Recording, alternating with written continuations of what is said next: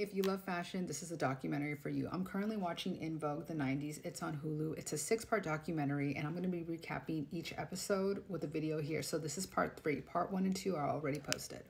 If you love the supermodels of the 90s and just the 90s themselves, you will love this documentary.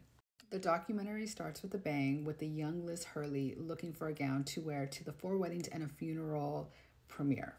She was dating Hugh Grant at the time, and they said that they had a PR firm, Versace, and they had a gown for her. This is how she showed up, and she was on the front page everywhere. And this is kind of the start of celebrities working with, the creative directors at a powerhouse brand. One of my favorite moments of part 3 was when Tom Ford entered his Gucci era and went to be the creative director for Gucci.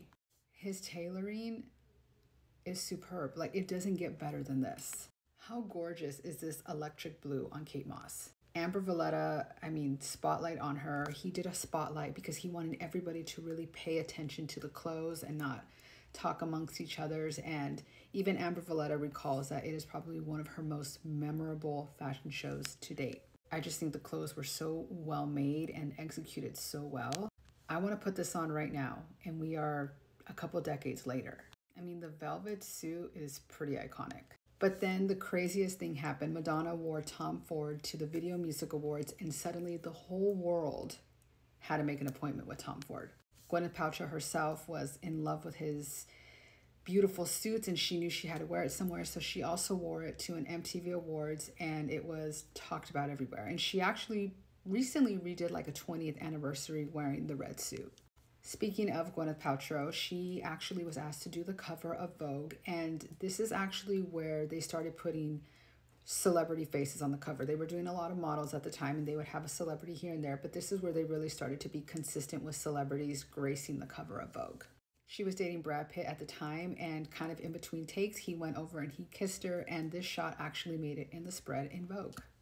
Baz Luhrmann, who, if you don't know, is an incredible movie director. He's given us Moulin Rouge, The Great Gatsby, but one of my favorites of all time, Romeo and Juliet. And I also didn't know that he is on the Met Gala Council, which is wild.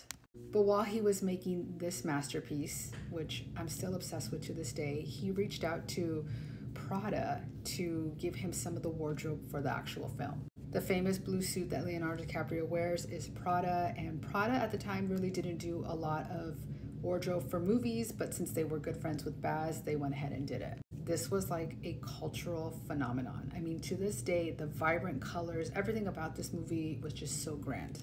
John Galliano, who was the creative director for Dior at the time, said, "I also need a celebrity that I can dress for these big shows."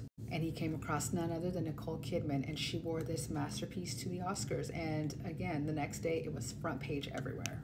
Gwyneth Paltrow actually reached out to Ralph Lauren, and she loved one of the skirts that was worn in one of his runway shows, and she asked if she could wear it to the Oscars, and Ralph Lauren said no.